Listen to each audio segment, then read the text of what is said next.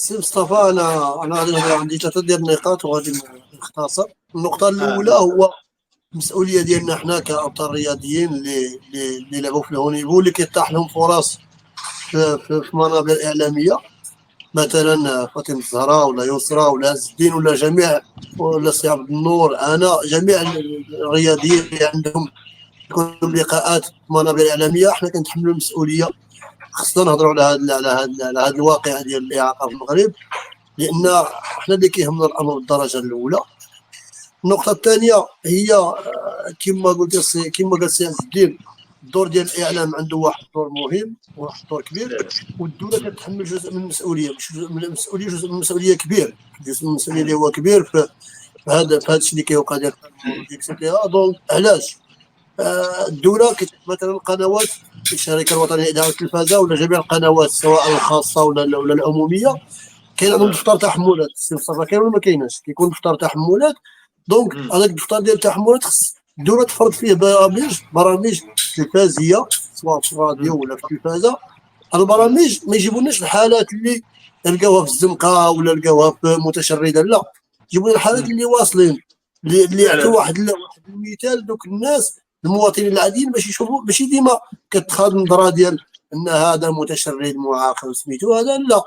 دونك الدوله خصها تفرض البرامج، واللي تكون برامج يستهدفوا فيها الناس اللي واصلين، تبارك الله، بحال سي عبد النور، بحال الابطال الرياضيين، سواء ماشي كنقولوا في المجال الرياضي، في اي مجال، سواء في المجال الدراسي ولا في المجال الرياضي ولا في اي مجال، خصهم يستهدفوا الناس اللي واصلين، باش ديما تخاض هذيك النظره ديال كونكوا هاد الناس راه واصلين.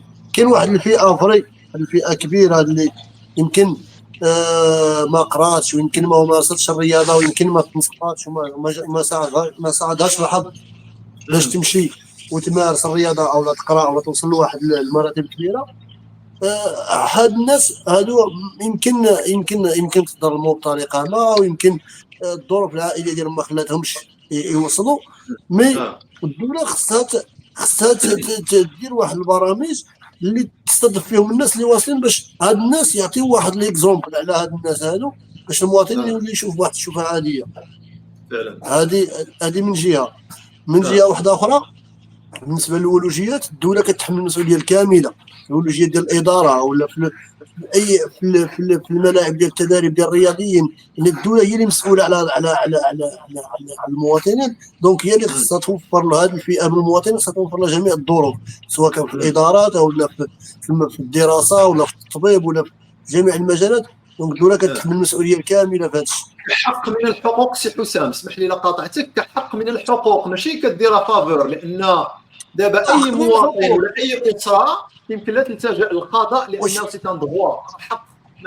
واش كنحمل سي مصطفى، واش كنحمل الجنسيه المغربيه؟ واش انا مغربي؟ دونك عندي جميع الحقوق بحال المواطن. الدوله خصها توفر لي هذا، ماشي انا المفروض، ماشي خصها دير معايا مزيان، انا المفروض هي توفر لي انني انا مواطن، ولا الاخر المواطن خصها توفر له. خص يكون المساواه.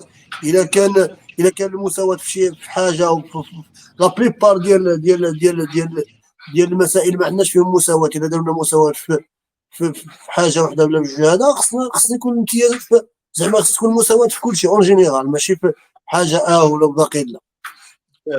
فعلا